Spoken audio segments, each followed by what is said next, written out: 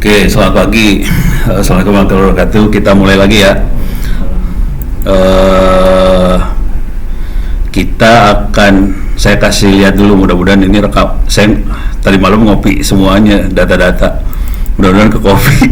Kalau nggak ke kopi parah, pusing gue. Saya masuk Cyber Army. Masuk, oke, sini. Materinya biar kelihatan apa yang harus dilihat.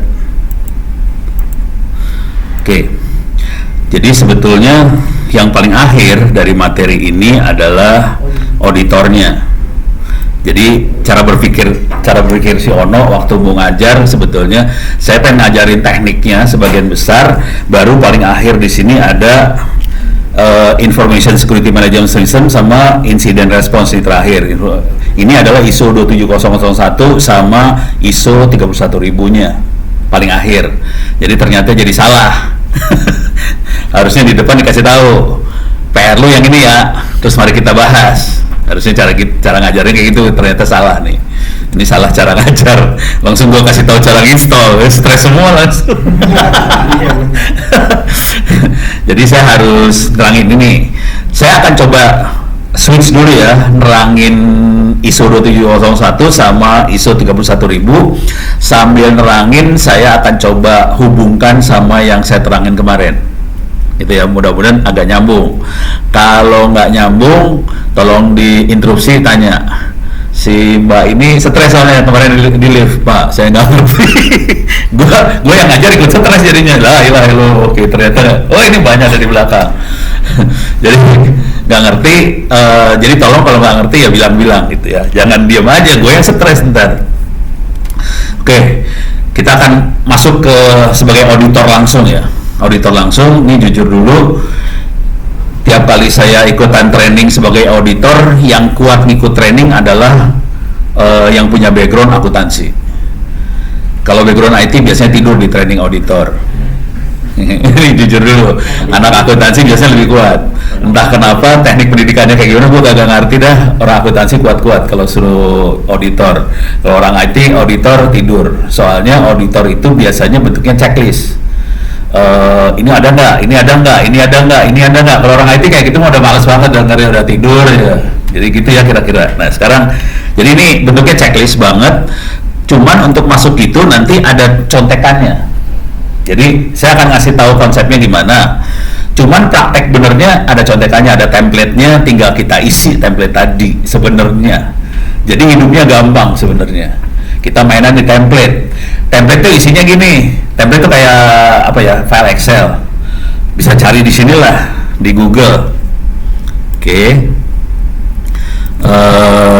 ISO 27001 template. Kayak gitu. Jadi teknik curang sebetulnya. Atau Excel gitu ya. Excel itu gimana sih? XLS X gitu ya. Ini ada, saya gedein ya biar kelihatan. Di sini ada checklist template kayak gitu. Jadi kita mainnya kayak gitu sih sebenarnya. Cuman kalau cuman modal template, kita nggak punya background sama sekali. Ini anak IT ngerjain apa, bahaya juga gitu ya. Jadi template-nya sebenarnya udah ada, tinggal kita ambil. Ini saya coba ambil dulu ya. Sebetulnya ada di harddisk yang kemarin yang 500 GB tuh ada tuh makhluk itu sih sebenarnya, bisa dilihat. Nih saya buka template-nya. Nih saya ngasih tahu ujung langsung. Yang lu kerjain apa sebenarnya? Alas ya. Dia soalnya ngambil makro-makro dari internet sih. Ya, parah. Oke, sambil, aduh, jangan di-quit, kalau di-quit nggak keluar. Sambil nunggu, saya coba masuk ke ininya. Bentar.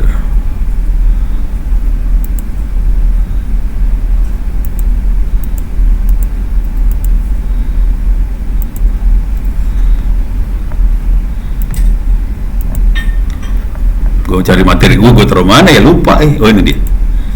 Ini ya. Oke. Mending insiden response dulu atau itu ya? Insiden response dulu aja ya.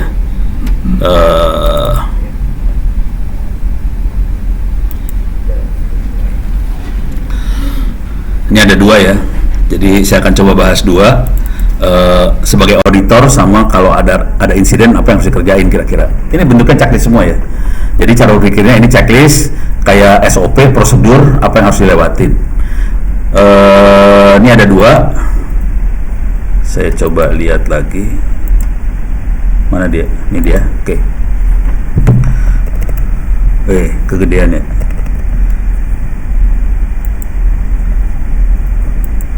Ini template udah ke-download belum? Nah, udah ke-download. Ini template-nya kayak gini sebetulnya. Coba gua gedein ya. Susah banget ngegedein. Jadi silakan tadi search di Google, cari ISO 27001 template, bisa di-download, bentuknya Excel kayak gini. View, zoom, kagak bisa di zoom.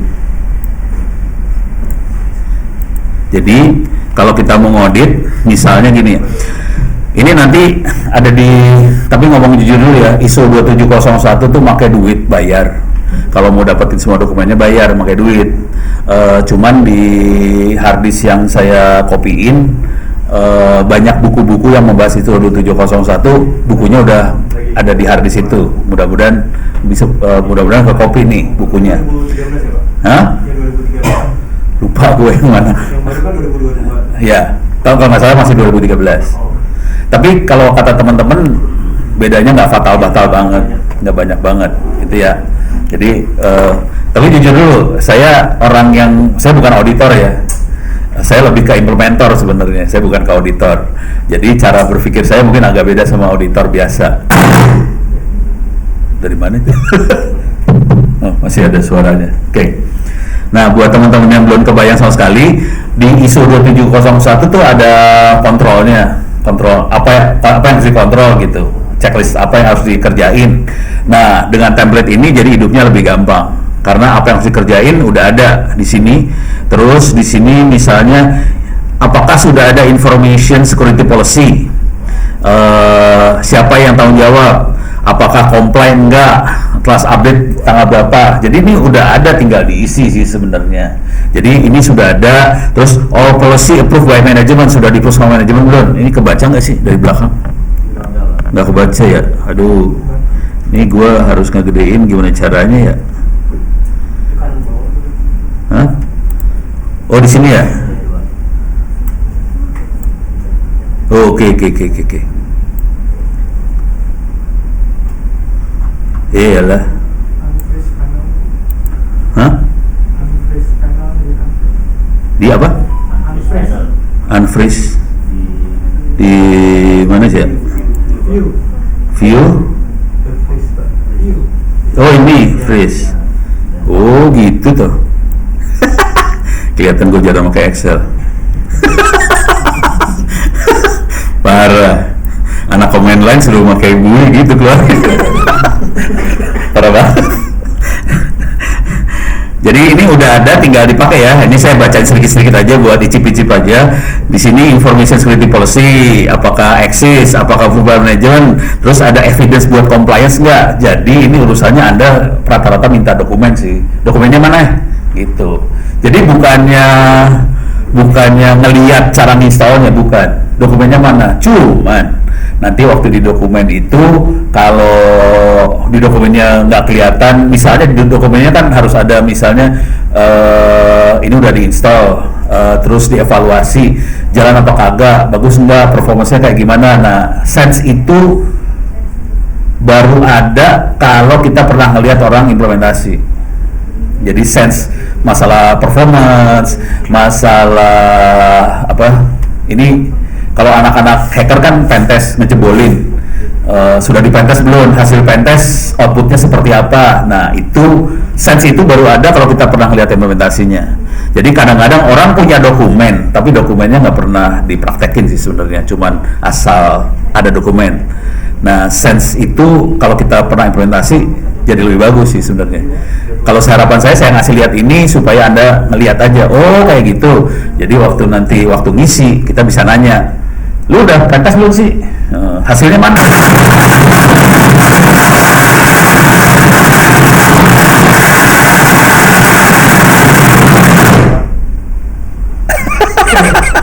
Stres gue. Lagi di pentas. Lagi sing, stres kemarin. Stres. Ya, beres ya. Nih saya bacain sedikit-sedikit aja ya. Jadi ini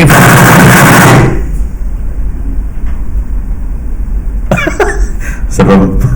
Jadi ini information security policy. Terus di sini ada organization ini ya, information security. Dia di sini pertanyaannya adalah siapa orangnya.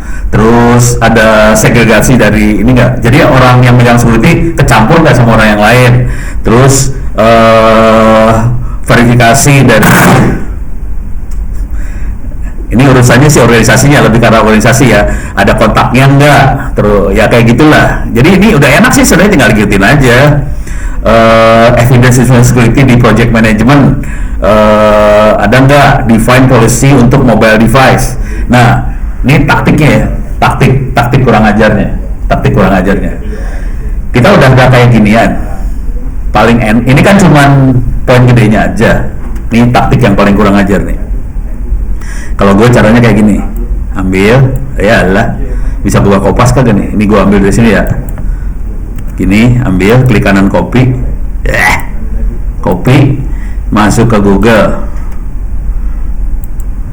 Oke. Atau mati, cek, mati ya? Hidup? Oh, kadang-kadang hidup. Jadi ini mic-nya berkala. Kala-kala hidup, kadang-kadang mati. Kalau mau gombal bisa Google, bisa chat GPT. Kalau saya lebih senang chat GPT sih sebenarnya. Kalau udah kayak ginian. Ilmunya satu guru satu ilmu lah biasa. Chat GPT. Dah. Oke.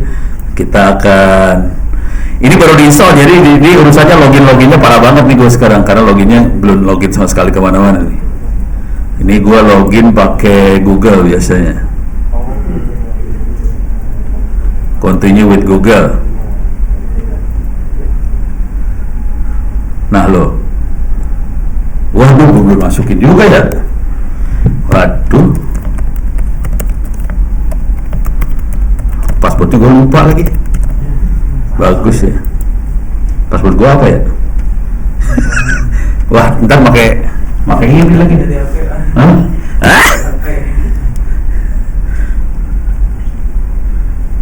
Ntar. Biasanya rese nih urusannya. Paspor gue apa ya? Lupa gue.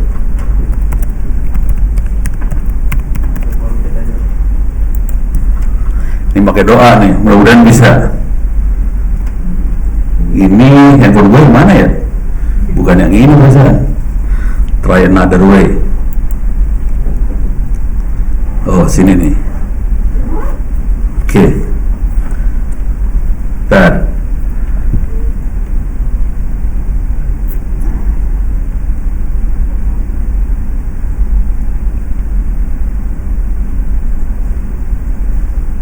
Oh harus di ini ya.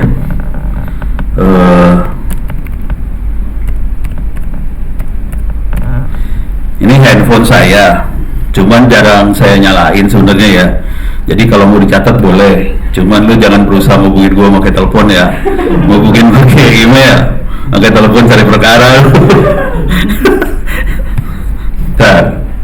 Oke. Lu nggak boleh lihat semua ya? Ini bahaya nggak sih?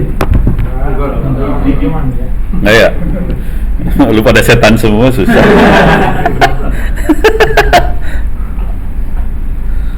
Berapa ini?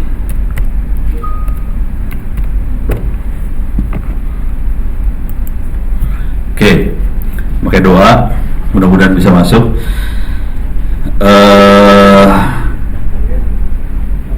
Ini udah masuk, nah tinggal gini aja sih. Example of define policy for mobile device. Ya udah gitu aja sih. Jadi yang penting di sini kita bisa tahu masalah apa aja yang harus kita lihat dari sebuah policy buat mobile device itu apa aja. Jadi misalnya di sini ada device retirement, update patching, jadi ada update segala macam. Udah gitu ada kalau ada security incident nanti bisa di breakdown lagi kan, network security, avoid using wifi, waktu akses ke resource company, appropriate use. Jadi ini dari policy yang ada harus ada poin-poin ini, kira-kira kayak gitu. Jadi cara cari contekannya, lihat Excel-nya, udah gitu pakai ChatGPT dapat outline apa aja. Kalau mau lebih define lagi kita minta lagi ChatGPT. Kalau ChatGPT untuk kayak gini rada lumayan. Saya suka pakai gini, cuman kalau bikin paper jurnal harus hati-hati pakai ChatGPT. Soalnya dia suka ngaco informasinya juga. Tapi kalau yang ini kan informasi yang relatif agak umum ya. Ini masih rada aman kalau ChatGPT. Jadi saya biasanya kayak gini tekniknya. Jadi teknik ini kerjaan lumayan sih, kasih tahu dulu ini kerjaan lumayan. Ini checklist yang harus dikerjain. Terus nanti di background ke sana ke ChatGPT kita bisa dapat apa yang harus dikerjain. Cuma nanti kalau di sini bahasa Indonesia, bahasa Inggris kan ya? Bahasa Indonesia kan ya? Ya udah, nanti kalau nggak minta di ChatGPT pakai dalam bahasa Indonesia aja supaya kita bisa dapat template yang bagus. Tinggal nanti kita tune sama anak-anak infra. Menurut anak infra gimana? Kalimatnya kayak gini bener kagak? Misalnya. Jadi tekniknya kira-kira gini. Jadi lu lihat poin apa yang harus ada, ngobrol sama anak infra. Kira-kira kayak gimana supaya bisa jalan. Cuma jujur ya, banyak loh ini 112 kalau nggak salah. Hah? Checklistnya banyak ratusan. Lu bayangin satu checklist keluarnya kayak gini. Bagus ya. Jadi kerjaan Anda lumayan. Makanya saya tidur, kalau yang ini saya tidur, nggak kuat gue, asli. Ini gue jujur dulu ya, ini saya nggak kuat. Nanti akan ada dua manusia kan, yang satu auditor, yang satu akan jadi implementer yang bikin dokumen-dokumen ini juga kan. Kalau yang audit adalah yang melihat dokumennya, nanti ada yang bikin, nah sama tuh maboknya. Yang bikin agak lebih susah kali ya, soalnya dia benar-benar harus kerjain PR ini. Dan ini kerjaannya nggak seminggu 2 minggu nih, 6 bulanan nih kerja kayak gini nih, lama loh. Gitu. Ngauditnya juga lama. Udah kebayang ya? Ya.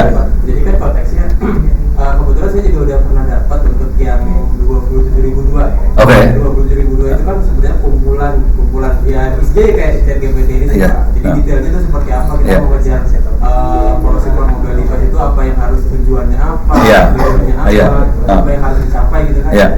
Nah berarti kalau kayak gitu prefer kita nyicil Bu ini ya Pak ya. Iya. Kalau nggak diantara kita bikin apa ya, saling tolong menolong lah, bikin contekan. Antara si implementer sama yang bikin policy ini ya Pak, bikin prosedur. Iya, tapi nantinya kan yang auditornya kan biasanya bukan orang dalam. Iya, berarti dari luar.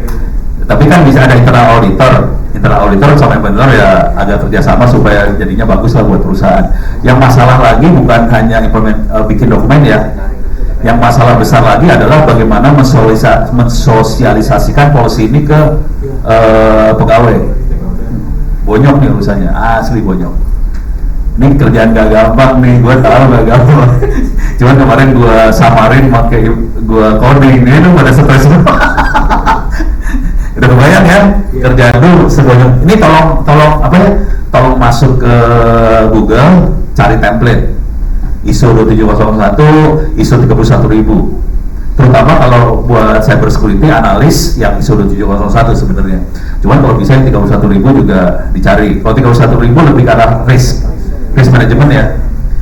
Tapi risk itu general, semua jenis risk. Kalau kita kan risk yang IT-nya, contoh risk IT ya, contoh. Ini kejadiannya bukan di Astra sih, kejadiannya di angkatan. Di angkatan biasanya sangat bangga kalau dapat kenaikan pangkat. Kenaikan pangkat biasanya ada dokumennya kan, surat SK-nya, lu naik pangkat. Yang dikerjain sama mereka apa coba? Hah? Bukan jadi bikin masih penting lah. Di broadcast ke WhatsApp, di share. Gue tembakan nih, share ke WhatsApp, bagus kan? Kebuka dong semuanya. Kayak gitu tuh. Boleh nggak di share kayak gituan? Jadi mereka kadang-kadang tidak sadar informasi yang berbahaya. Jadi ini bukan ke jaringan aja ya, tapi di level informasinya juga, gitu. Ini contoh yang sederhana aja ya buat kita ya. Buat ya, ini contoh sederhana banget sih. Ini contoh blow on aja ya. Gue masukkan iktp, itu keyword biasa aja kan? Keyword iktp, enter, image, bagus dah, udah dapat lengkap dengan alamat, status, semua lengkap. Coba lu ada coba ini ya, kartu anggota TNI ya. Udah mulai dapat bagus kan gitu. Lu ada kartu ini juga kan, Pama Persada, ada nggak ya? Nggak tahu dah gue. Wah, ini bagus, yang ada cuma lowongan kerja doang. Oke. Jadi ini cara ngeceknya gini. Jadi auditor tolong ngeceknya di gini-ginian juga. Jadi bukan nganalisa infra aja, tapi nganalisa kelalaian si usernya juga. Ini udah masuknya ke arah ini ya, bukan infra sih sebenarnya, ke arah informasinya, information security-nya gitu. Oke, kebayang ya. Cuman kalau kementerian lembaga parah banget yang kayak giniannya nih, parah. Kalau ini bagus nih, Pama kan gue cari nggak ketemu kan. Jadi sebagai auditor kita harus kayak ini kan kayak pentest sih sebenarnya. Kita harus melakukan hal kayak pentest buat ngecek kondisi informasinya ada yang bocor agak sih. Nah ini nantinya harus dimasukin ke dokumen-dokumen yang ini juga, gitu. Udah mulai ngerti hubungannya ya. Ini ada human resource security. Nah ini nih yang kayak ginian nih tadi, lebih ke arah human resource security ya. Nah cuman sense-nya itu akan dapat kalau kita tahu di lapangan seperti apa, terus penjahat kerjanya seperti apa. Jadi dengan kita punya bayangan yang seperti itu, waktu kita bikin dokumen, kebayang dokumennya seperti apa, supaya kita bisa ngelawan penjahat-penjahat ini, gitu. Maksud saya ke arah sana sih ngomongnya. Ini udah mulai kebayang gambar gedenya dulu ya? Iya. Oke, dah ya. Ada mau tanya dulu nggak? Ya. Pak boleh bahas ini nggak terkait ISO ini terkait dengan annex encryption, itu implementasinya idealnya tuh kayak gimana ya yang diekspektasi dari ISO ini? Enkripsi yang kemarin itu sih sebenarnya ya. Itu di level HP data PII itu harus di-encrypt kan Pak? Itu implementasi yang di-expect itu seperti apa ya? Ini jujur dulu ya. Iya. Gua belum dalemin banget yang itu sampai detail yang situnya ya. Dari sisi ISO-nya gua nggak dalemin. Saya kan dari sisi teknologinya kayak gitu. Nih, enaknya jawabnya gimana? Gue juga belum bisa jawab yang serius nih. Gue lagi mikir cara jawabnya gitu, kita nyari sebarang-barang nih ya. Ntar coba paling blow on pakai ChatGPT dulu ya. Encryption expectation in ISO 27001 gitu kan ya. Saya gedein ya biar lebih enak. Tapi udah gitu ini kan ChatGPT karena dia AI, dia akan scrolling kemana-mana, dia akan ngambil informasi. Cuma nanti kita tinggal cross check aja informasinya benar apa kagak. Ini gue tanpa cross check biar cepet aja ya. Nah kelihatan kita bisa lihat nih clause yang harus dipenuhi kayak gini. Oke. Rata-rata dia bentuknya lebih kayak aturan. Ini kalau baca sepintas kayak gini dia aturan, dia nggak nyebutin ini ya. Protokol eksplisitnya apa nggak disebut. Kalau saya baca sepintas kayak gini ya. Jadi misalnya kayak gini, semua yang informasi yang disimpan segala macam harus diprotek pakai encryption. Dia nggak nyebutin cara enkripsinya segala macam. Oke. Terus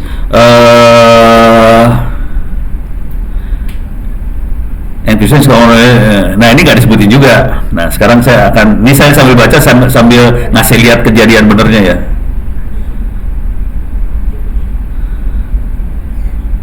Confidentiality, risk, ini legal, contractual requirement, itu urusannya sama public key, private key. Oke. Nah, sekarang yang paling sederhana aja ya. Yang ini aja ya. Saya bahas yang ini aja, yang sederhana dulu yang di sini. Oke. Information yang disimpan, ditransmit sama mobile device, handphone ya, harus diprotek pakai encryption. Pertanyaan sederhana. WhatsApp lu datanya di encrypt kan? Dari encrypt.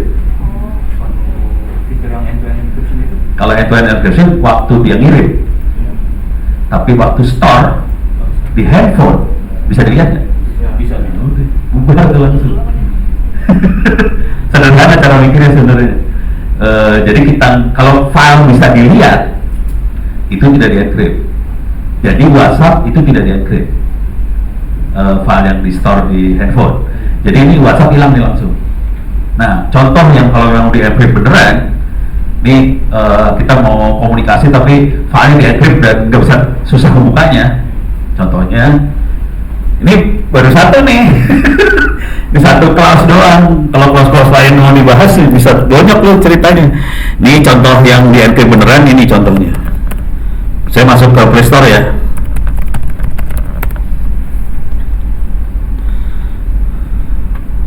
Ini gue masuk ke Play Store, oke. Bisa dilihat di handphone masing-masing juga sih. Saya akan masuk ke Palapa. Ini parah nih, ini parah banget. Ini Palapa, bisa diklik. Ini free, bisa di-download. Kalau mau dicobain aja, di-download. Oke. Ini yang bikin teman-teman kita juga orang Indonesia. Dasarnya sama, dia sama WhatsApp.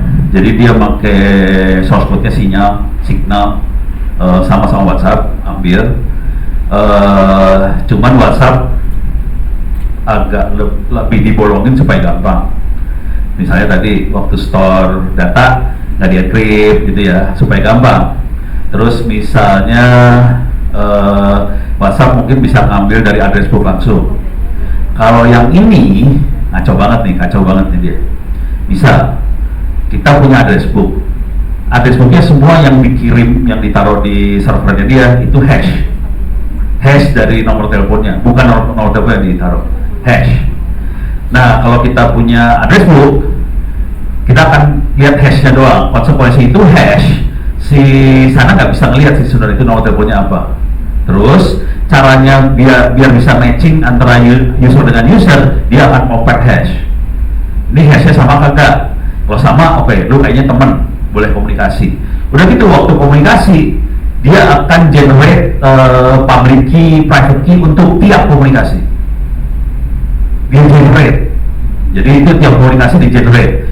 Artinya end-to-end encryption-nya dijalanin. Udah gitu semua informasi di encrypt. Di store-nya, di hard disk dan di handphone-nya, di encrypt sekalian. Parah nih. Udah gitu yang paling parah dari WhatsApp adalah gini. Kita punya WhatsApp group misalnya ya. WhatsApp bisa baca nggak obrolan kita di grup? Bisa. Lu tahu semua WhatsApp bisa baca ya? Dan lu tetap pakai grup itu kan? ya, itu kan terhadap policy. Polisinya kita gimana? Gitu. Ini kondisi grup. WhatsApp bisa baca. Konsekuensinya WhatsApp bisa monitoring pergerakan dari corporate dong. Mungkin corporate nggak masalah, bayangin ini pergerakannya TNI, aparat, pakai grup juga sama kan? Bagus, kebuka semua tuh dunia, dah beres. Kalau yang ini, si Palapa parah banget, asli parah. Kalau cara kerja WhatsApp kan dia end-to-end encryption dari satu poin ke poin satu. Kalau grup berarti poin yang sebelah sana adalah server WhatsApp. Terus di server WhatsApp dibuka tuh, obrolan kita dibuka kan? Terus dikirim ke masing-masing user end-to-end lagi kan, encryption. Di Di jalur komunikasinya nggak bisa dibaca memang, tapi di servernya bisa dibaca. Kalau yang ini parah nih. Dia akan generate key. Jadi misalnya kita member satu grup, oke? Dia akan generate key untuk setiap member grup itu. Terus dia akan bikin end-to-end encryption buat semua member grup tadi. Dia akan kirim komunikasinya tanpa lewat servernya Palapa ini. Jadi kalau grup, si handphone akan kirim ke semua anggota grup network kita. Konsekuensi dari sini adalah WhatsApp cepat, Palapa lemot. Orang banyak komplain, kenapa kalau di grup lemot? Soalnya grup dia si handphone kirim langsung ke masing-masing member supaya si server nggak bisa baca. Jadi si yang bikin Palapanya sengaja dibikin gitu supaya servernya nggak bisa baca. Kalau servernya bisa baca sama dengan WhatsApp, lu bisa kebaca. Kalau ini nggak bisa. Cuman konsekuensi di handphonenya lemon. Gitu. Ya ada konsekuensinya lah, tinggal bingung yang mana. Gitu. Kalau boleh saran, cobain aja orang gratis aja, free. Ya, jujur yang ini kita pakai biasanya buat kalau kita lagi kerja sama TNI sama kayak gitu, makanya ini nggak pakai WhatsApp. Jadi kalau ada kerjaan yang serius banget harus secure, WhatsApp dibuang. Tapi sekarang TNI mulai banyak pakai yang ini sih. Cuman akibatnya itu ya, kalau grup lemot, karena yang ngirim ke member grup handphone. Kalau WhatsApp yang ngirim ke grup membernya server WhatsApp kenceng. Jadi kita nggak cuma kirim satu aja kan. Kalau ini kalau misalnya ada membernya 100 ya 100 mungkin itu mampus. Dan dia harus generate key untuk 100. Bayangin generate key kan lama prosesnya kan. Lama, jadi lama banget. Jadi orang pada komplain pakai ini. Kenapa lama banget nih? Ya, gimana? Gitu cerita. Jadi contoh aja. Ini contoh dari satu clause aja ya. Satu clause aja udah kelihatan bedanya. Kalau Telegram gimana Pak? Telegram gue belum pakai. Kalau menurut lu gimana? Curang dia.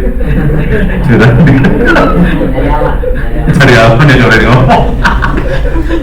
Kalau ini saya berani ngomong, saya soalnya kenal dekat sama developernya. Developernya di sini sih, di mana?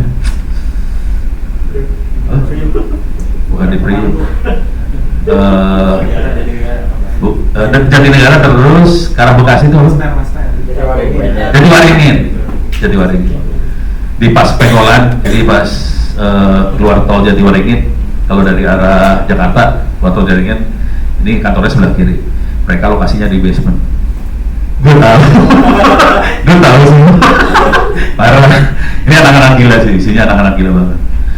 Cuma konsekuensi dari sini ada, konsekuensinya ini masalah besarnya juga sih. Misalnya ada kasus aparat nggak bisa dapetin barang bukti. Misalnya ada kejadian. Kalau WhatsApp kita bisa dapat barang bukti ya, WhatsAppnya bisa kita minta, tolong dong obrolannya dikeluarin. WhatsApp keluar nih, ini nggak bisa.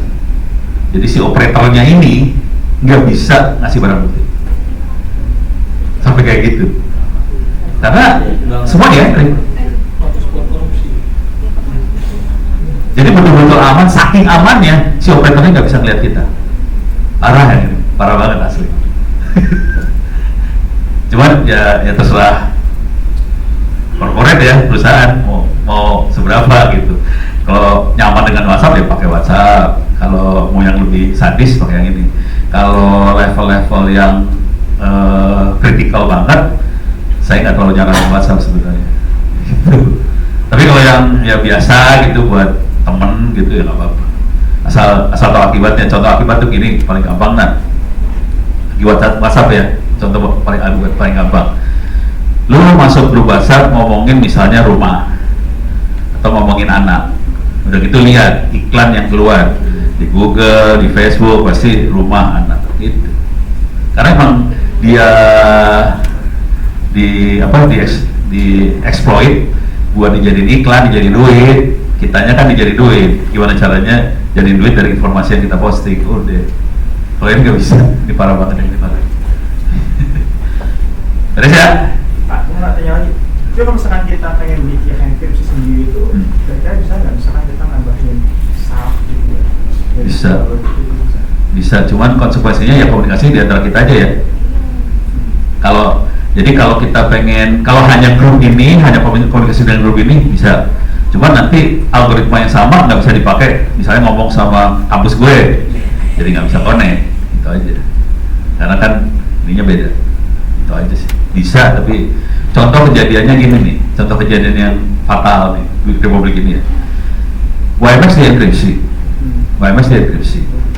supaya hanya WiMAX yang ngikutin kebijakan Indonesia yang bisa masuk produknya. Indonesia bikin kebijakan gampang sih, parameternya dirubah dikit. Parameter enkripsinya dirubah dikit, pokoknya yang satu nilainya setengah, yang ini bikin 3/4 atau begitulah, dirubah parameter ya, supaya orang nggak bisa bikin produk WiMAX internasional, harus dicun dulu supaya masuk sini. Akibatnya nggak terbang. Kan kalau kita merubah sesuatu, konsekuensinya kalau kita produksi jadi lebih mahal kan, jadi nggak bisa. Akhirnya bubar WiMAX Indonesia, jadi kacau. Gitu. Makanya kita cenderungnya pakai protokol yang common yang ada di luar segala macam, cuman kita pastiin memang nggak bisa dijebolin, gitu aja sih. Kayak SKH 25. Ya gitu, kayak gitu. Kita cenderung yang itu sih. Kalau mau merubah sih bisa dan sah-sah aja sih, bisa. Cuman jadi nggak bisa ngomong, kita ngomong cuma grup kita doang. Gitu.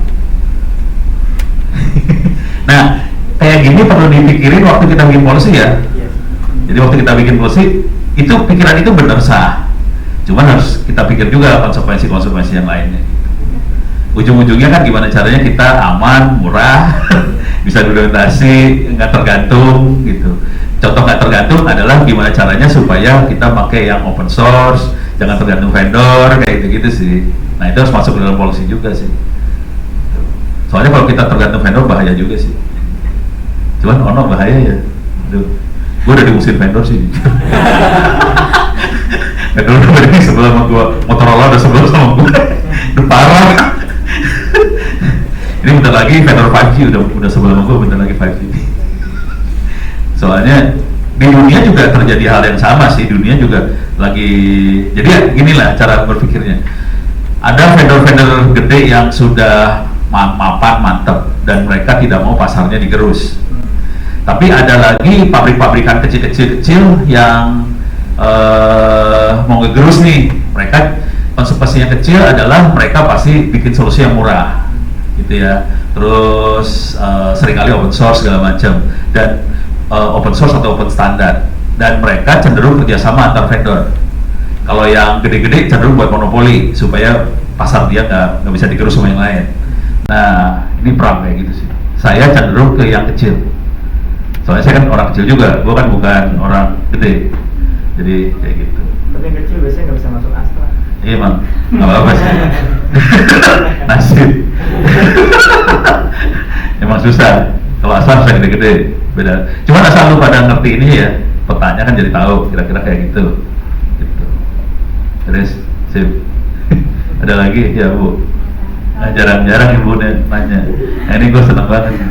Kalau misalnya kayak sekarang kan yang berhubungan sama ISO mungkin bentar lagi UPDB juga tuh, yang kayak data-data harus dienkripsi, jadi dia udah data masking, terus kayak ketika dia di data transfernya ada SSL sertifikatnya dienkrip juga.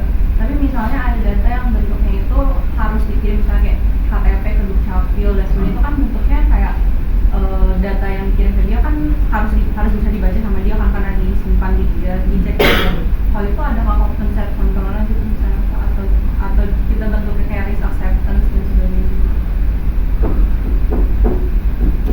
Iya, ini ngomong sama pemerintah ya. Suka banget Dukcapil dong ya. Gue langsung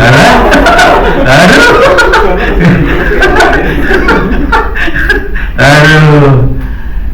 Ini kalau implementasi benernya mereka sih udah dia bikin untuk masalah enkripsi segala macam, proses transaksinya mereka bikin. Yang bikin siapa? Yang bikin anak-anak ini juga sama persis.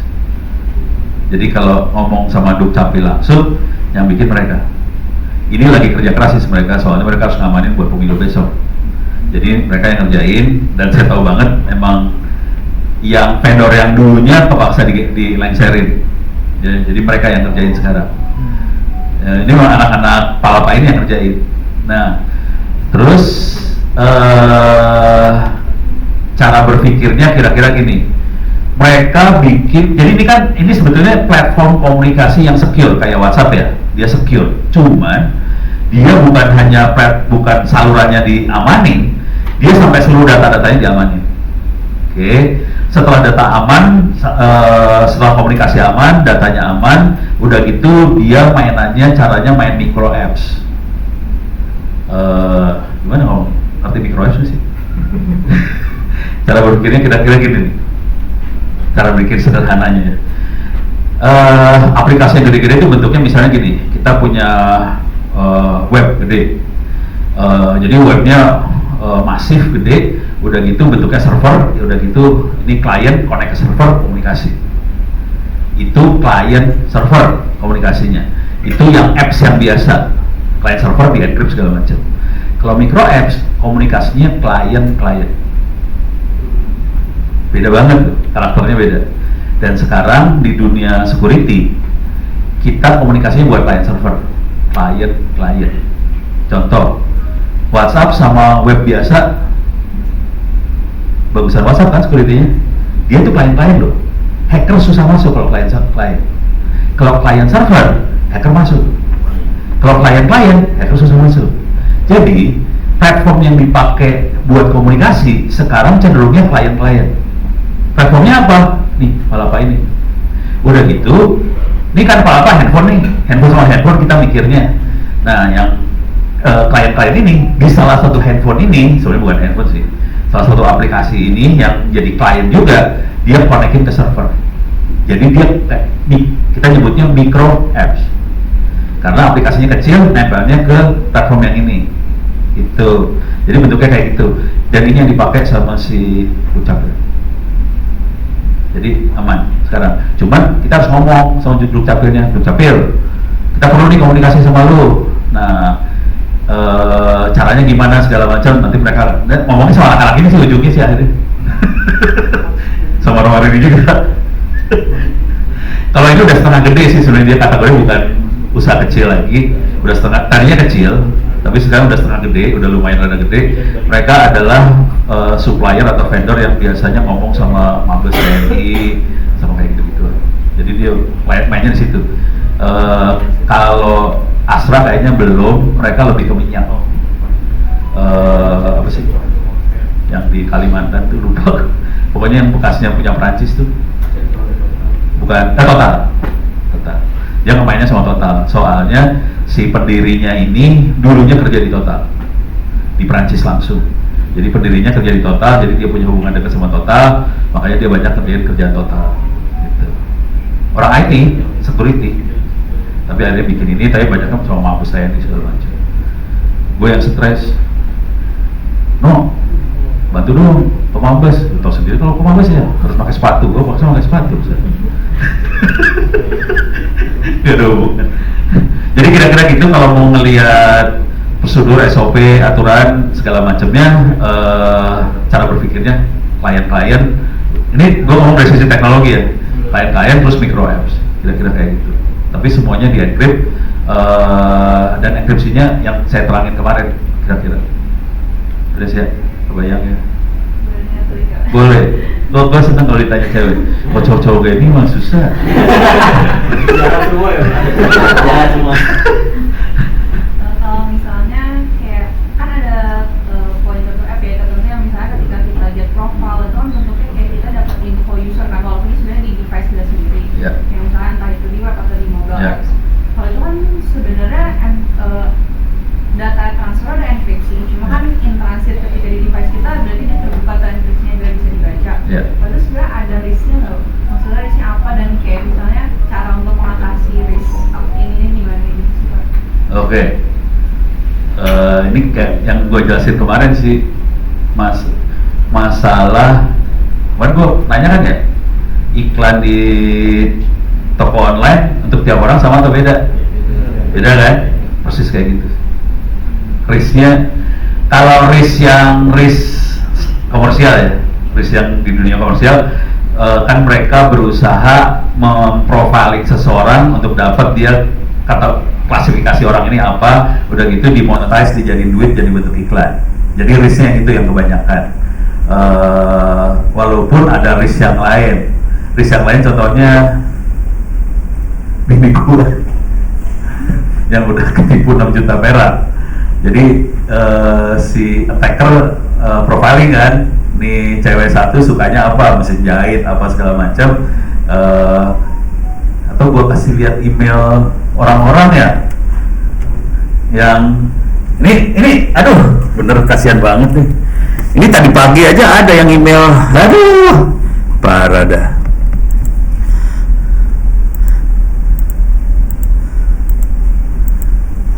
Ini gue udah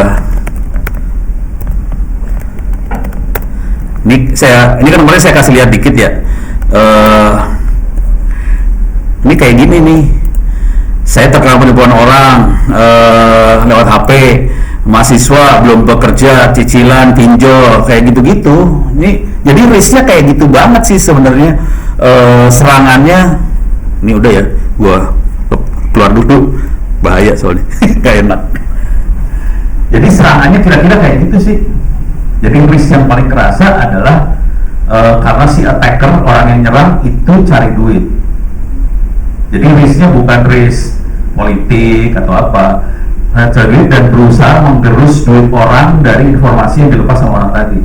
Nah, caranya gimana supaya itu tidak terjadi? Caranya gampang sih sebenarnya, kita meminimalkan melepas informasi. Jangan banyak informasi yang kita lepas. Lu lihat, saya kasih lihat Facebook saya aja ya. Ini Facebooknya Ono. Parah banget kalau lihat Facebooknya Ono, parah asli tuh. Sedih sih ngelihatnya sebenarnya. Gue belum login ya, aduh anjrit Nih tuh kan, gue masuk ke sini dulu lah, ke page gue lah. Oke. Ini Facebook saya. Oke. Nggak usah di ini. Coba bisa. Oke, digedein ya. Nih, saya nggak login ya. Tuh isinya cuma kayak gini. Tanggal sekian ada webinar. Ini isinya webinar, cuma ini aja, foto dikit. Tapi sisanya udah kayak gini doang semua. Ini ada webinar tanggal sekian. Ini ada sama Timor Leste, isinya gitu doang. Jadi hampir tidak ada informasi yang pribadi. Jadi saya kuncinya sederhana, jangan lepas informasi pribadi, itu aja sih. Kalau kita cuma informasi ini kan informasi kerjaan banget nih, santai-santai aja dibuka. Kalau pribadi agak bahaya, soalnya bisa mereka eksploitasi gitu. Tapi itu kan harus ditulis, tugas pribadi buat human resource ya, harus ditulis informasi apa yang boleh dilepas, mana yang nggak boleh dilepas. Nah, kalau saya kan kalau orang jahat juga tahu cara orang jahat kerja, gua otomatis keren sendiri nih. Nah, kalau orang yang biasa kan nggak tahu bahwa ada orang jahat di internet, dan orang ini kadang-kadang mikirnya orang di internet baik-baik. Gila loh udah ngelihat ketipunya, parah. Yang paling gede yang pernah saya tahu 2M, yang normal sekitar 200 juta, 300 juta normal. 2M ketipu diajak apa coba? Kebayang? Ada yang bisa nebak? 2M diajak apa? Sekali transaksi coba. Jadi transfer? Sekali. Oh enggak, beberapa kali. Pertanyaannya urusan apa 2M? Bisa nebak kan? Hah? Izin juga salah. Hah? Agak benar, diajak kawin. Jadi korbannya cewek. Sebagian besar korbannya cewek. Yang paling parah diajak kawin. Nah, ini kejadiannya, ini minta maaf ya ibu-ibu, minta maaf. Kejadiannya banyak ibu-ibu yang sudah sukses, mapan sukses, duitnya udah kenceng, mungkin belum punya suami atau gimana, cari suami, carinya lewat internet, udah gitu berpikir di internet orangnya baik semua kayak Ono. Lu langsung ketawa tuh, pas pakai kayak Ono udah jalan bukan. Nah, mikirnya kayak gitu. Nah, udah gitu, ini kasus yang di Klaten. Ini ibu-ibu yang nyerangnya dari Malaysia, tektokannya pakai email. Dia ngasih ke saya emailnya, tapi bukan isinya, dikasihnya ininya doang, headernya doang, kelihatan banget Malaysia. Diajak kawin, udah gitu kawin sama orang Indonesia kan susah ya, ada numpang nikah lah apa segala macam, karena si ibu-ibu ini kebelet transfer. Yang 2M sama orang Nigeria. Orang Nigerianya pura-pura jadi diplomat Inggris yang cakep, ya kan gampang ya. Cari cowok cakep di internet kan gampang kan, tinggal masukin keyword aja, cowok cakep di internet, apalagi sekarang pakai ChatGPT, keluar kan gambarnya cakep banget, dikirim langsung keseng-seng, pengen kawin 2M. Asli. Tapi yang 2M tuh kebetulan teman yang handle. Kalau yang ini saya interaksi langsung, dia kenanya sekitar 200 juta. Kalau bapak-bapak yang kena adalah gurunya Ono sendiri langsung, profesor di Institut Teknologi Bandung. Kalau bapak-bapak biasanya bukan kawin. Bapak-bapak biasanya laki-laki kenanya ada 2. Kalau laki-laki ada 2 yang kenanya. Kalau yang level gede-gede biasanya kenanya investasi. Investasi bakal dapat duitnya gede, baliknya gede. Ketipu nih, profesor ITB, gurunya Ono, ketipu. Anaknya ngomongin gue, no, bisa bantuin nggak bapak gue? Kenapa emang? Gini, ya, capek deh. Kenanya dari Nigeria. Kalau di kan susah, gimana kita mau nariknya? Nggak bisa. Nah kalau yang banyak banget ketipu bodong-bodong, investasi bodong segala macam, itu cowok banyak juga. Terus email kononya, jadi mereka rata-rata ini emailnya, aduh emailnya gimana ya, sedih banget sih. Pono, saya ketipu. Pono bisa nge-hack website mereka nggak? Saya ketipu. Ini saya duitnya butuh buat istri ngelahirin, kan? Mana coba? Udah tahu disuruh ngelahirin dipakai buat judi dulu. Tapi itu harus diajarin ya, maksudnya harus ajarin ke mana sih namanya? Ke pegawai di sini semua. Kasusnya kayak gitu. Itu bagian dari strategi 2021. Nah sekarang taktiknya gimana supaya bisa ngajarin orang banyak? Taktik yang dipakai sama Bank Indonesia, taktiknya gini nih. Kalau tiap kali masuk ke jaringan corporate, kan login dulu nih. Anak-anak IT-nya Bank Indonesia minta soal ke saya. Jadi ini ada soal kayak gini. Ini free, tapi kalau harus ngerjain di sini mah nyebelin sih. Open course ITTS. Ini saya belum login semua soalnya baru selesai di format ya. Jadi belum ada nih. Bisa gue cari nggak di sini?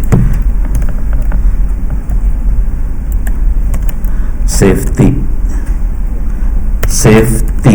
Ini dia. Internet safety. Ya, harus login lagi. Bentar.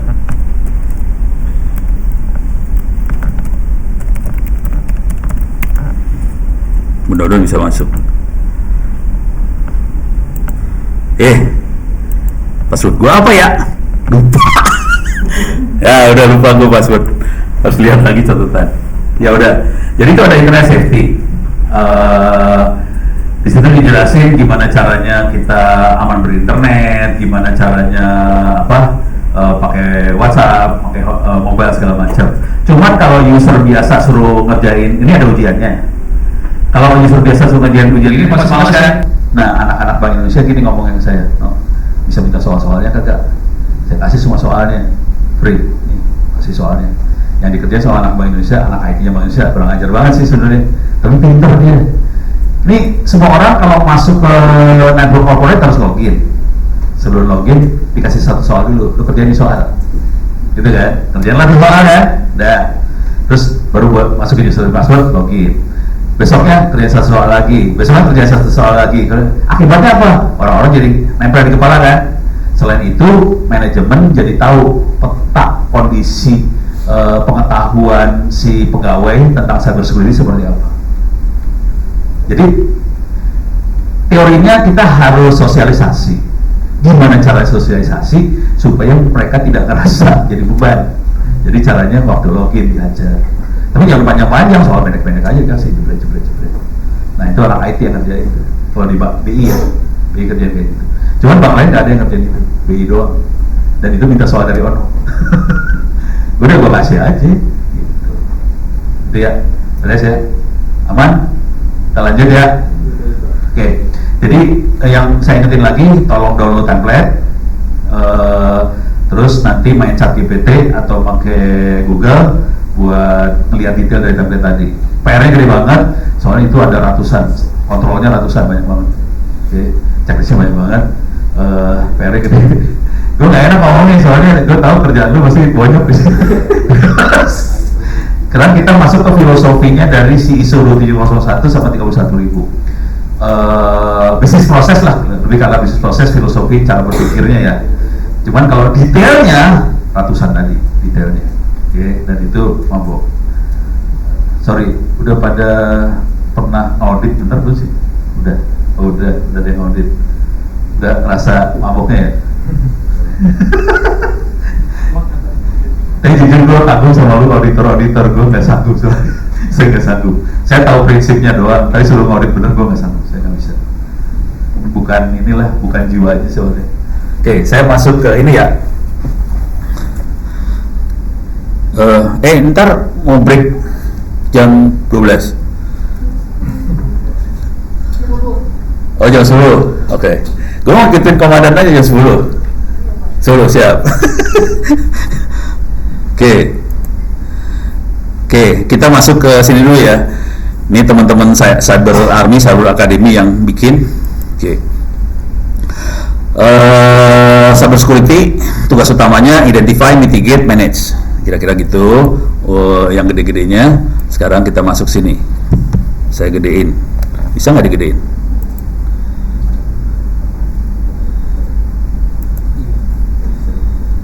Oke. Yang namanya risiko, ada 3 hal yang bikin risiko tadi. Pertama sekali dari sisi asetnya sendiri, si peralatan segala macam yang kita punya, terus ancamannya, threat-nya, dan kelemahan yang ada. Oke, jadi ada 3 besar sih sebenarnya dari asetnya sendiri, threat, vulnerability. Asetnya ada yang ancamannya karena nilai dari aset tadi, ada mungkin nilainya nggak gede banget, tapi sangat kritikal. Kalau sampai ini kena serangan, kacau semua ceritanya. Contoh yang sederhana aja, kabel fiber itu semeter, tahu nggak harganya berapa? Kabel fiber satu core, bukan banyak core, satu core semeter berapa? Tahu nggak harganya berapa? Semeter. Harga begini, ini pedagang kabel nggak tahu nih. Harganya Rp800 semeter. Oke. Murah. Kalau yang info pakai itu biasanya ada yang berapa? Kalau yang drop wire 1 core atau 2 core. Yang drop wire ya, jadi yang dari ya router ke kitanya. Tapi kalau antar ISW-nya biasanya 24 core tuh. Lebih gede sih. Tapi kabelnya kecil juga sih. 24 core kabelnya kecil. Tapi kalau yang ke rumah-rumah itu 1 core atau 2 core, tergantung teknologinya. Rata-rata sudah 1 core semua sih. 1 core. Rp800 semeter asli. Makanya hari ini kampung-kampung Republik Indonesia udah kabel fiber nih. Menterinya tidak tahu di Indonesia banyak penjahat. Jadi lu coba lu ke ini Bogor, ke IPB Bogor yang dermaga tuh ke atas kampung fiber, anjir banget gue. Fiber meter itu orang kampung yang bikinnya parah. Cuma bayangin kalau ini kan kabelnya digantung gitu ya tinggal dipotong habis selesai, putus udah. Jadi murah tapi putus mati semua. Bayangin lu punya aset di hutan ya mungkin yang motong bukan orang ya, yang motong babi hutan nyeruduk lah atau apa ya, putus lu. Layangan udah benar, layangan putus. Jadi itu contoh murah tapi kritikal. Oke. Kalau value ya misalnya kalau Pama kan alat berat itu kan udah jelas mahal banget gitu, beres ya. Threat, nah ini threat ini adalah hackernya nih. Seberapa mungkin hackernya nyerang, likelihood. Terus kalau ada yang serangan, impactnya kayak gimana? Contoh serangan paling gila tuh misalnya di DOS supaya si server down, akibatnya kerjaan jadi tewas semua, kira-kira kayak gitu. Oke. Terus karakteristik dari si penyerang tadi, serangan jenisnya macam-macam juga ya. Ada yang nyerang ke database, ada yang nyerang ke handphone, dan itu karakternya beda-beda, kira-kira kayak gitu. Vulnerability dari si aplikasi yang kita pakai sih. Jadi yang paling nyebelin ini sih sebenarnya si tukang coding. Jadi ini mindset programmer sih. Mindset programmer kadang-kadang waktu kita program, kita berasumsi bahwa orang yang akan akses orangnya baik-baik semua. Akibatnya nggak pernah dicek dulu nih informasi yang masuk seperti apa. Kalau saya orang jahat, saya bisa nyelipin itu kan trojan masuk ke dalam. Nah itu suka nggak diperiksa sama aplikasinya. Jadi kayak gitu, sense seperti itu harus ditumbuhin. Kalau kita tukang nyerang, sense-nya ada. Kalau orang yang baik-baik, biasanya sense-nya jadi baik. Mereka berasumsi semua orang baik. Contoh, ibu-ibu yang tadi ketipu, mikirnya bahwa di internet orangnya baik semua. Guru saya ketipu, mikirnya investor internet orangnya jujur-jujur semua, padahal di internet cuma bajingannya bejibun kan ya.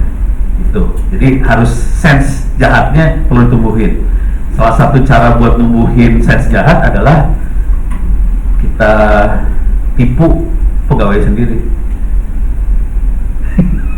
Kemarin kalau nggak salah Pak Mai kerjaan itu ya, siapa sih? Waktu itu gue webinar sama Pak Ma atau siapa ya?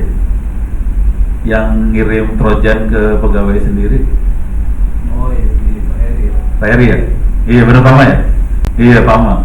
Pak Ma pinter nih Pak Ma, sadis. Pegawai sendiri dikasih trojan. Cuman trojannya pinter. Tapi lu nanya sama anak IT Pak Ma ya.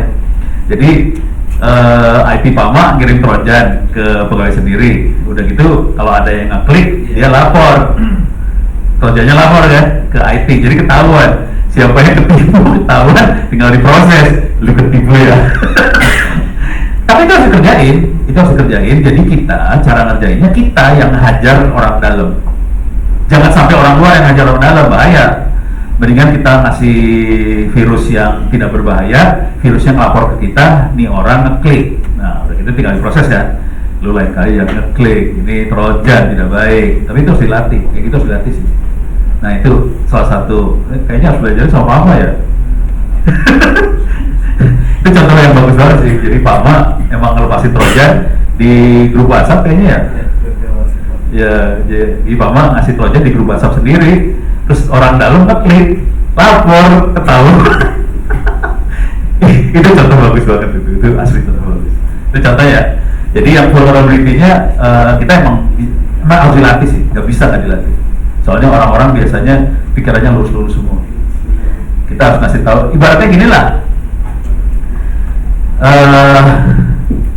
Di dunia internet kan yang namanya polisi, tentara segala macam juga sama blow-nya.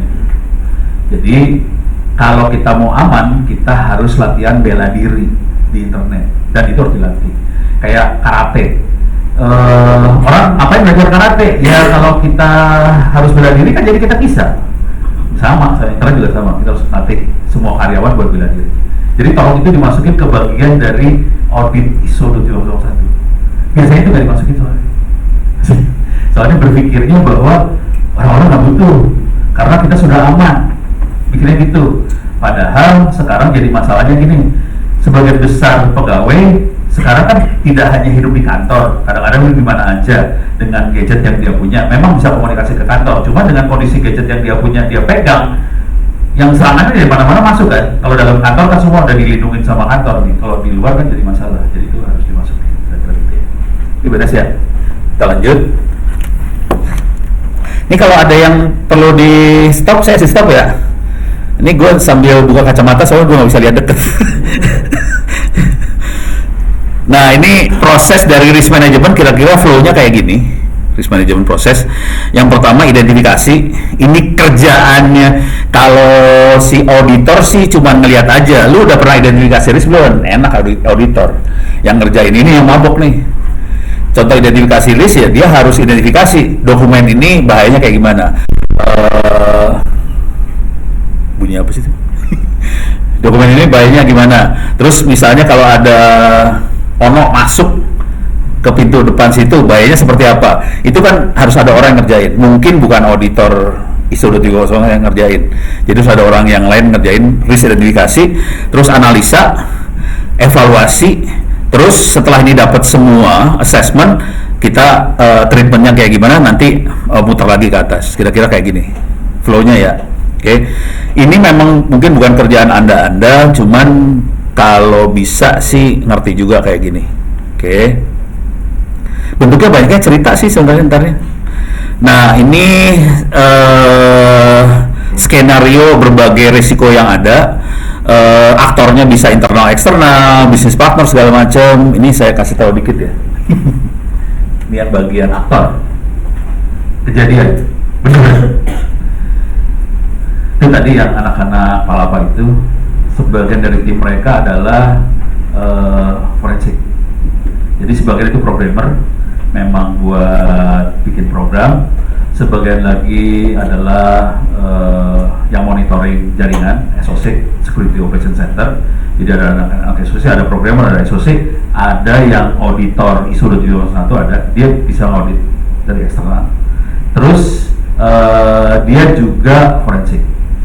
Nah, ngobrol sama forensik nih gue, forensik, duitnya kenceng, sumpah. Hah? Si Calvin, Yudas lebih auditor dia. Lo tahu nih, kenal juga si Calvin ya, kenal Calvin? Oh nggak kenal? Hah? Jadi apa? Pengajar juga trainer ya? Iya, Calvin trainer juga, dia dosen juga di SGU. Lagi ngambil S3 sekarang. Nah, si Calvin ini yang forensik ya. Satu kasus tahu bayarannya berapa? Hah? Dia nggak punya dua nggak gitu sih, 200 ya. Jadi satu kasus kerjaan sekitar 2 mingguan lah, segitu aja itu gue jalan tuh. Jadi kayak gitu. Nah, yang jadi masalah di bank plat merah.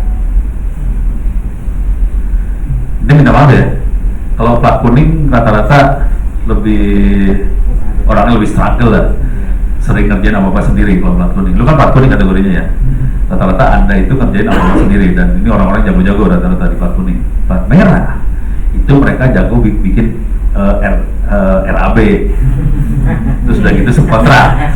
Lu udah ketawa semua, itu masalah besar tuh. Jadi bank plat merah rata-rata bos-bosnya bikin RAB, kontrakin, udah gitu kerjaan selesai sih, udah gitu orangnya pergi kan, tapi orangnya nggak bisa akses kan, ini jebol dari sebelah sana gitu. Jadi bisnis partner ini jebol beneran.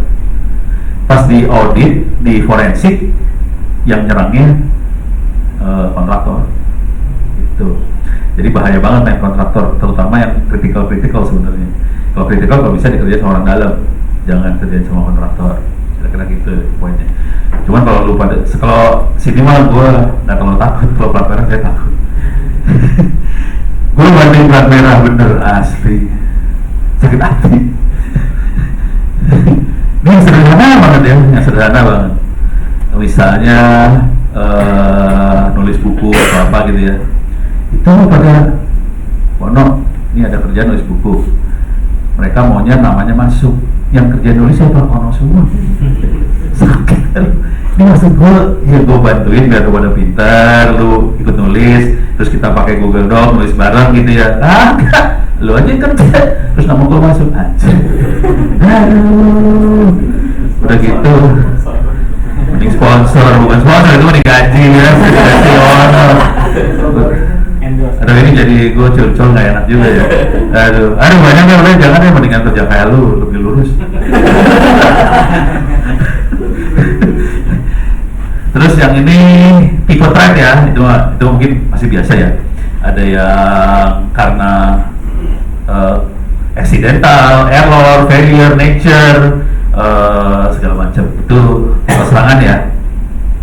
Yang jadi masalah kalau itu biasanya kan kita mikir tipe serangan tuh karena ini ya, karena hacker segala macam. Sebenarnya serangannya bukan hanya hacker ya. Serangan bisa karena bencana alam lah, banjir lah, karena ini yang paling blow on tuh serangan yang kemarin tuh PPDB itu ya, guru-guru ya pengumuman siswa, penerimaan siswa Tahu servernya nggak hang, ya karena nggak dihitung bahwa bebannya satu kotak bakal akses, dikasih server cuma 4 core 8 GB ya nggak hang lah, kira-kira kayak gitu. Ini beres ya tipe threat. Jadi kadang-kadang threat itu serangannya bukan karena serangan, karena kebodohan si plannernya juga, gitu. Beres ya. Terus event ada, ini kejadiannya ya, kalau event kejadiannya ada pencurian, destruction, inappropriate use segala macam. Itu kejadian benernya. Oke. Terus aset resource di risk itu ada masalah orang, skill yang tadi. Jadi misalnya tadi gimana cara kita ngasih tahu orang supaya nggak posting sembarangan segala macam. Oke. Terus ada organisasi structure, proses bisnis proses juga. Terus infrastruktur, IT infrastruktur, information application. Itu dari resource-nya yang jadi masalah besar adalah yang kayak gini-ginian ya. Kalau yang kejadian yang sering, kita seringkali masalah karena kita tidak berpikir bahwa orang akan nyerang dengan cara itu. Oke. Ini pengalaman. Jadi ini kita bikin pertandingan hacking 18 tahun ke bawah. Jadi sampai SMA doang sampai 18 tahun. Kita bikin soal. Kita taruh di internet bikin soal. Sebelum terlalu jauh, saya pengen nanya dulu, kira-kira hacker di Indonesia paling banyak dari mana? Umur 18 tahun bawah ya? Jogja salah, Surabaya salah, Bandung salah. Gila, itu gak nyangka ya. Tegal salah, Tegal salah banget. Sulawesi salah. Gue kasih lihat paper jurnal gue ya. Gue sampai bikin paper jurnal. Jadi kita bikin pertandingan hacking, dibuka, se-Indonesia masuk. Oke. Nih, tahu jurnal kan ya? Ada Q1, Q2, Q3 tahu? Ini masuknya Q2. Gue saya kaget di Korea masuk. Kalau tahu kejadiannya sih, Ono cuman iseng-iseng bikin pertandingan hacking. Terus polanya kita kasih training segala macam. Nah, coba saya pengen tahu, bukan pengen tahu. Saya mau ngasih lihat kondisi skill orang Indonesia. Ini masalah SDM ya. SDM tukang nyerang.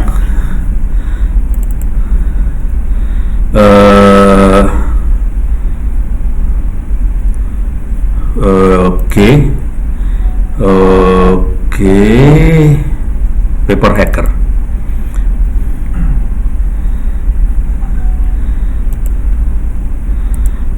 Ini aslinya bukan ini, bentar. Aslinya tuh hacking CC mana BC CTF ini dia. Aslinya gini. Aslinya CTF press release. Jadi aslinya kayak gini tulisannya. Oke. Bukan cuma press release ini, yang juaranya mana juara? Mana sih? Gue lagi nyari. Oh, ini juara press release. Oke. Jadi aslinya kayak gini. Bisa digedein kagak sih? View, preference, font,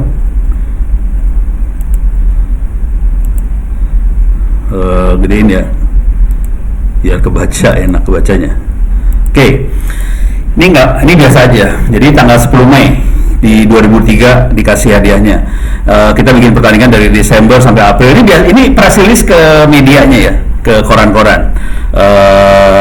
Kita CTF buat SMA SMK, umur di bawah sekian, didukung oleh siapa aja. Terus sebelum pertandingan kita kasih workshop sebanyak 7 kali lewat online, yang ngajar sini, topiknya ini. Udah gitu pertandingan selama 4 hari, 1 bulan sih sebenarnya. Ada 3 sesi, 3 kali 4 hari, ada 12 hari pertandingan. 50% peserta gugur di sesi pertama, sampai 40 peserta terakhir berlaga dan ini juaranya. Ini biasa aja kan? Lihat proses ini biasa aja. Terus yang ikut bertanding, nih dia. Kelihatan ya? Paling tinggi Jawa Timur. jangan khawatir, yang paling jagonya adalah Malang. Ini biasa aja sih sebenarnya. Ini kan kalau press release ini biasa aja ya. Tapi yang perlu kita catat semua adalah anak-anak jago-jago dari Malang. Oke, yang perlu dicatat lagi di sini adalah nanti di bawah sini. Nih ya. Kebanyakan peserta yang baik menguasai ilmu hacking mana ya? Pokoknya dia dapat ilmunya apa sih? Belajar sendiri. Kira-kira gitu ya. Dari SD itu. Hah? Ada yang anak SD? Anak SD. Dari SD udah belajar. Iya. Yang menarik adalah mereka belajar sendiri. Waktu saya masuk di Paper Journal, review dari Korea bilangnya gini, nggak salah, nggak mungkin dong. Emang gurunya nggak pernah ngajarin, kayak gitu. Kalau kita Indonesia kan, emang orang anak-anak begini kan belajar sendiri. Kalau Indonesia kan tahu ya. Itu review luar negeri nggak percaya kalau kita belajar sendiri. Asli nggak percaya. Jadi temuan ini kan jadi temuan, kategorinya temuan ya. Mereka nggak percaya apa yang saya temuin gitu. Tuh, nah, ini biasa ya. Ini biasa gua kasih lihat paper beneran. Ini baca kayak gini biasa kan? Ini teknik nulis paper sih akhirnya. Biar lu pada bisa S2, S3 lah. Oke. Tadi mana sini? Hacker. Ini paper benerannya nih. Ini udah direvisi. Jadi ini diterima di Q2. Cuman gue bayar mahal buat masuk Q2, anjrit banget. Salah. Kok nggak bisa keluar mana? Ini ya? Oh ini dia. Gimana caranya supaya bisa view? Oh kanan bawah ya? Iya. Kegedean ya? Oke. Nih. Ini sebenarnya kata-katanya sama yang tadi nih. Ini ngasih tahu aja kata-katanya sama sih. Cuman udah gitu dibikin serem aja. Ini kan kita bikin workshop kayak ini biasa sama yang tadi. Cuman yang bikin serem kayak gini-gini nih. Nah, kasih kayak gini kati peta Indonesia. Langsung orang kan jadi, ini kelihatan konsentrasinya di sini kelihatan banget. Udah gitu pemenang paling banyaknya. Ini soal-soal yang susah-susah kita ambil dari servernya. Ternyata mereka paling susah di digital signature, web hacking, ini analis, OSINT dan sebagainya itu masih gampang, data leak gampang. Terus ini juga sama, ini soal tingkat kesulitan soal. Nanti yang menangnya kelihatan dari sini. Nah, dari informasi seperti ini kita jadi tahu, oke, kita bisa dapat anak-anak jago dari Indonesia, lokasinya ada di sana. Jadi kalau lu mau ya udah kerja sama mereka ini. Terus saya buka rahasia dikit lah. Kira-kira berapa lama mereka belajar hacking? Ini anak umur berapa tahun ya? 18 tahun. Berapa lama dia belajar? Hah? 6 bulan tahun. Juara satunya 6 bulan. Rata-rata setahun. Dan jago. Supaya bisa jago, backgroundnya apa? Hah? Matematik? Salah. Programming. Bukan TKJ. Bukan infra. Jadi harus programmer. Jadi hacker yang jago tuh programmer. Ini yang juara satu, dia mainnya Python, mainnya data science. Terus waktu ada pengumuman, ada lomba hacking, belajar hacking 6 bulan juara satu. Anjir itu orang. Terus yang seru dari kita waktu kan kita bikin soal nih. Kita tahu soalnya susah buat jebol ya, susah. Kita mikir cara ngejebolnya gini. Ternyata anak-anak cara jebolnya beda. Jadi cara jebolnya beda. Tembus juga. Nah, ini kejadian sama anda yang misalnya nanti auditor atau bikin aplikasi segala macam. Orang nembusnya kreatif, asli. Kalau mau gombal buat rekrut ya, bikin CTF sih. Rekrutnya anak-anak ini jago asli. Tapi ya hati-hati, rekrut anak kayak gini hati-hati ya. Mereka kan seniman, tergantung akhlak, kadang-kadang akhlaknya bisa bahaya. Masalah moral kan? Iya, tinggal masalah moralnya. Harus cek dulu, lu sholat 5 waktu kagak gitu kan. Tapi yang anak-anak jago, asli jago. Yang juara satu jago, bagus banget. Saya juga kaget. Jadi waktu didatengin, kan kita datengin mereka semua ke Jakarta. Ngobrol, saya rekam dong ngobrol. Oh setahun, oh 6 bulan. Oh programmer gitu. Asli. Pertanyaannya, mereka belajar dari channel YouTube apa? Oh enggak, bukan Ono Purwo jelas sudah. Bukan. Ono Purwo kan channelnya baik banget. Tahu? Enggak betul? Hah? Apa? Bukan. Saya berani nih, Pak Girindo. Kira-kira anak-anak ini belajar dari channel mana? Mana? Nih, anak-anak hacker. Komunitas Pak. Enggak, channel YouTube-nya apa? Tahu nggak? Orang India. Orang ini ya? Salah. Ini bukan. Gue tanya semua, kejualannya 10 orang, channelnya sama semua. Sama. Kaget gue. Oke, sama. Namanya John Hammond. Emang ngajarin CTF sih. Karena kan gue kan CTF. John Hammond CTF ngajarin, dia ada Pico CTF segala macam. Jadi channelnya khusus. Kaget, gue kaget asli. Kita nggak pernah tahu itu kalau kita nggak pernah ngadain itu ya. Jadi kalau boleh salah sih iseng aja lu pada ngadain gitu langsung tahu. Oh ada kayak dunia kayak gitu ya. Nah, gitu. Balik lagi.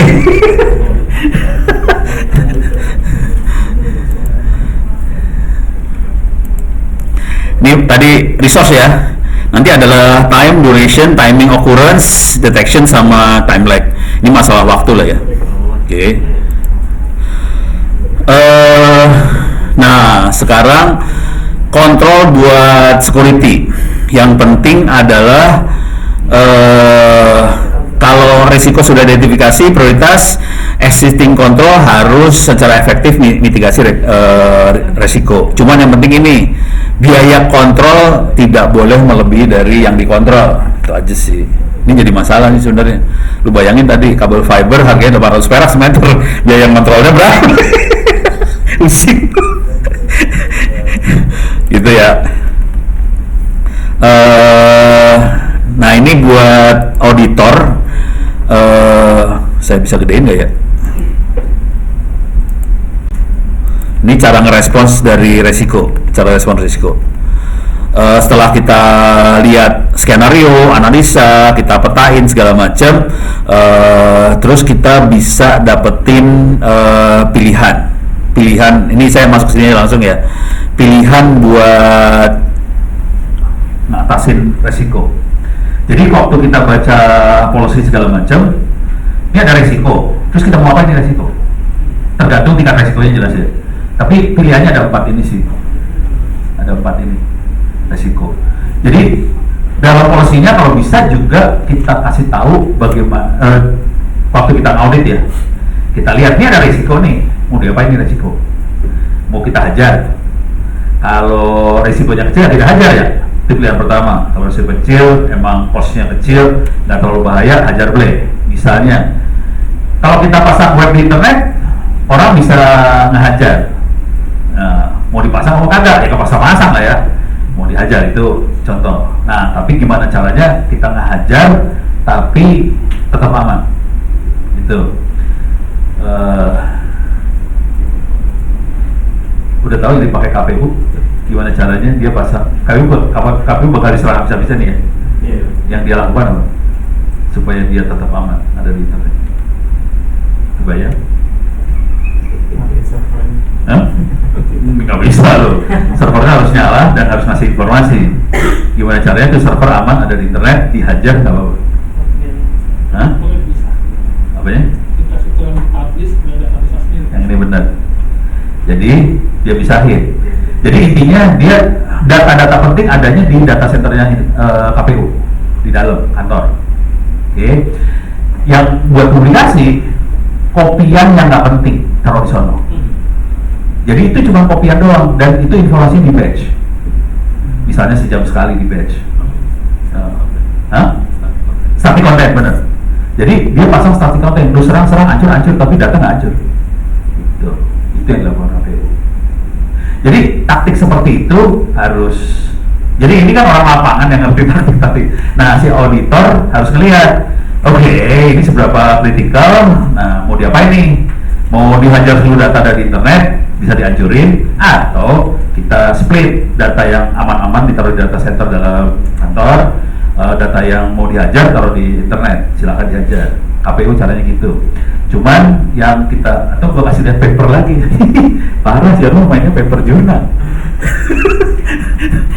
Nih gue kasih lihat paper lagi nih. Ini tadi yang accept ya, accept. Saya kasih lihat paper jurnal lagi. Ini padahal tadi malam di format habis nih. Semalaman dia ngopi aja, gue tidur. Paper jurnalnya gue taruh di mana yang ini ya? Kita lihat, mudah-mudahan ke copy. Ini salah. Oh, ini tentang Satu Indonesia Award nih kalau baca. Kebaca nggak? Nih, Satu Indonesia Award kan? Satu Indonesia Award. Nulis sendirian, bikin paper jurnal tentang Satu Indonesia Award. Keren, Bu. Kebayang nggak sih tentang apa? Nih, nggak kebayang. Ini paper gombal banget. Ini paper gombal gue baca. Ini nggak ada hubungan sama ini ya.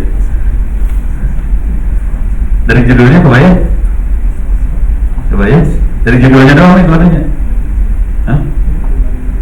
Kira-kira gini cara berpikirnya. Ini Satu Indonesia Award punyanya Astra. Iya, emang punya siapa? Ini Satu Indonesia Award punya Astra. Udah 13 tahun kan? Sekali awarding kan ada belasan ribu nominasi ya. Nominasinya bentuknya apa? Tulisan kan? Terus ada nilai ya. Nilainya dari Pak Emil Salim, dari Bu Nila, bekas-bekas menteri. Ada satu penjahat ngasih nilai juga, namanya Ono. Jadi ada nilai. Jadi ada kayak soal esai, tulisannya kayak gini, nilainya berapa ya? Udah, lu bayangin ada soal esai, tulisan kayak gini nilai berapa selama belasan tahun. Yang megang siapa? Anak-anak Tempo nih, yang megang datanya. Gue minta ke anak-anak Markom, gak punya. Parah. Gue minta dong sama Tempo, minta dong datanya. Tulisan kayak gini nilainya berapa ya? Dapat datanya Pak Excel nih, nilai kayak gini tulisannya berapa? Terus gue bikin regresi linier. Terus tapi X-nya tulisan, bukan angka ya. Kalau tulisan kayak gini nilai berapa? Diregresi. Udah gitu kan awarding tahun selanjutnya tulisan doang yang masuk kan? Tapi kan gue udah punya model, kalau tulisan kayak gini angkanya berapa? Dimasukin model ini, hajar ke sini. Terus udah gitu gue compare sama Pak Emil, Bu Nila segala macam, nilainya berapa? Sama hasilnya. Terus gue bilang dong sama anak-anak sana AI kan, sama anak-anak Markom, Boy segala macam. Nih, gue berhasil bikin gini. Lu pada mau masukin nggak namanya? Nggak mau, udah Ono aja ya. Udah, gue masuk sendirian. Ini jurnal iseng. Ini contoh Ono lagi iseng ya. Sorry, ini nggak ada urusan sama. Tapi ini, sorry ya. Ini kan AI, machine learning. Ini bakal dipakai di cybersecurity. Lu pernah kebayang main machine learning buat apa? Di cybersecurity? Klasifikasi. Nah, klasifikasi anomaly traffic, buat deteksi ransomware, itu mainnya machine learning semua. Dan ini kalau udah main machine learning AI di cybersecurity, ini tesis S2 S3. Mumpung Anda kerja di Astra, lu punya data banyak, bisa jadi bahan buat S2 S3. Sumpah. Nih, tanya dulu, berapa orang di sini sudah S2 S3? Nah, dari suruh kok. S2, dan lagi 2. Jadi yang lain, mumpung kerja di sini, datanya banyak, enak buat S2 S3. Sumpah, enak banget. Dosennya pasti keder. Dosen udah keder. Ini udah banyak, keren banget, gila. Gitu. Kalau mau gue jadi pembimbing juga gue happy. ikut tulis barang. Ini beda ya. Si Ono sih hobi gini-gini, hobi doang. Ini mah iseng, ini mah kerjaan iseng banget. Oke, kita tadi urusannya ini ya. Bukan ini, yang ini kali. Nah, ini dia.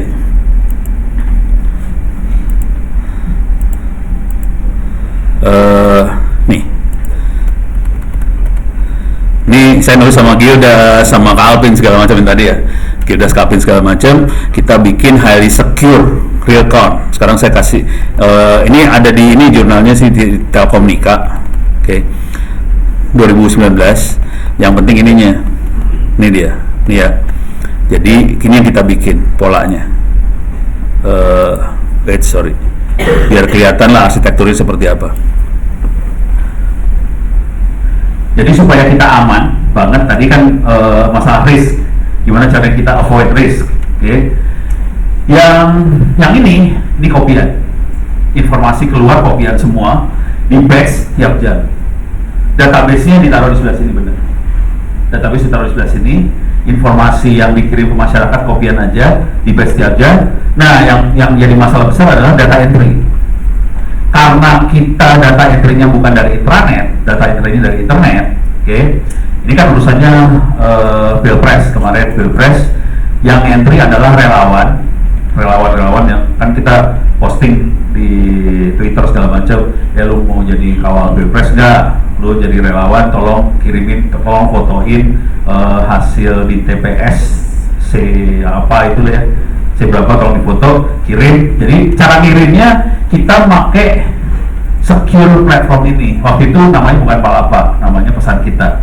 Jadi ini micro apps ini, klien ini ada micro apps yang nempel di situ. Jadi arsitekturnya udah secure dari dulunya. Kita kepaksa bikin secure kayak gitu karena kita nyebarnya di masyarakat langsung. Kalau di Astra kayak gini kan emang intranet, lo aman sih sebenarnya, nggak usah sampai separah ini bikinnya. Kalau kita harus sampai ke masyarakat langsung, kita mainnya klien-klien buat komunikasi, buat entry data, cuman di sananya kita batch. Jadi arsitekturnya kita pakai kayak gitu. Dan ini akhirnya kemarin berapa kali saya webinar sama teman-teman di Mabes segala macam kayak gini semua. Arahnya ke arah sini. Jadi arahnya web di batch, udah gitu informasi mainnya secure platform, micro apps. Klien-klien bukan klien server. Nah itu yang mungkin orang jarang tahu bahwa kita mainnya klien-klien sekarang. Kalau mau aman ya mainnya klien-klien. Terus ya, ini kerubah mindset nih. Lu kebanyakan masih klien server kan, mikirnya klien server itu bahaya. Lebih susah buat ngamaninnya maksudnya. Kalau klien-klien lebih gampang buat ngamaninnya. Karena dan ini kalau sederhana aja pakai WhatsApp. Kalau kita pakai WhatsApp, sambungan putus, dia kan pending ya, nggak kirim ya. Kalau kita pakai client server, sambungan putus sambungan semua, data nggak akan kekirim. Kalau WhatsApp, data akan tetap kekirim pada saat sambungannya nyambung. Oke, jadi bagusnya klien-klien adalah nggak apa-apa sambungan putus aja jebret, pas nyambung dia kekirim. Cuman hackernya jadi nggak bisa standby dong. Kalau klien server kan kondisi harus connect terus nih, ya kan bisa kapan aja masuk nih. Kalau klien putusin aja jebret, data entry dulu putusin, terus batch jebret. Misalnya jam berapa di batch, lebih aman. Makanya kita cenderung klien sekarang. Gitu. Kenapa? Ya kalau lu butuh data real time jadi kacau ya. Cuman kalau misalnya data-data yang harian kayak gitu jadi kayak data keuangan kan kadang-kadang tidak harus, kalau bukan transaksi ya kan tidak harus real time banget juga, jadi ada aman ya.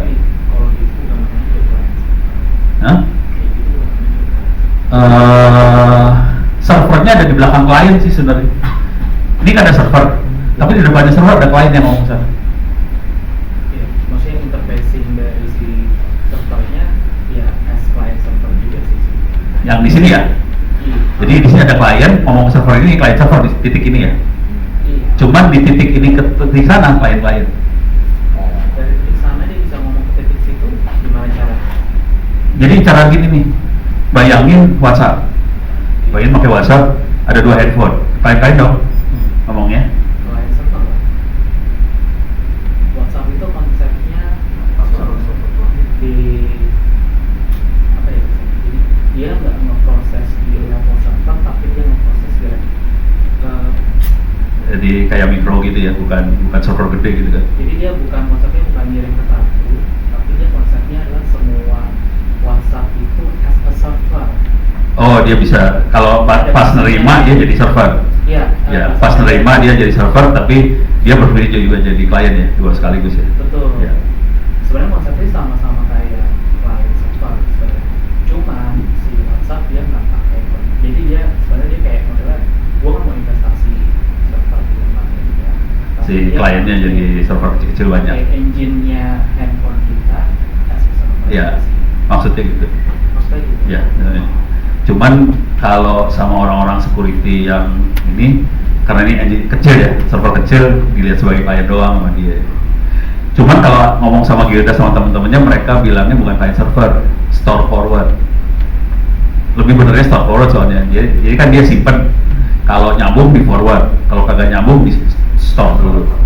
Kalau store forward lebih aman. Cuman gua kemarin argumentasi sama orang Mabes, ini orang bule sih, orang Itali, orang yang memang bantu militer Eropa. Ada orang bule. Mereka lebih cenderung ngomongnya, ini istilah yang mereka pakai ya, mereka cenderung ngomongnya ini klien-klien gitu. Terus gue nanya, ini bukannya forward? Enggak, ini klien ya udah, kalau lah. Jadi saya kasih tau ada orang yang ngomongnya kayak gitu, ada yang store forward gitu. Yang benar yang ini tadi sebenarnya. Jadi konsepnya pakai API connection gitu Pak? Kemana? Pakai API connection gitu? Kayak semacam API. Tapi API-nya ditempelin di klien yang sini ya. Iya. Jadi tadi klien sini jadi waktu nerima komunikasi dia jadi server kecil buat komunikasi ke klien dari sini. Nanti pas masuk sini nanti klien server biasa di belakang sini.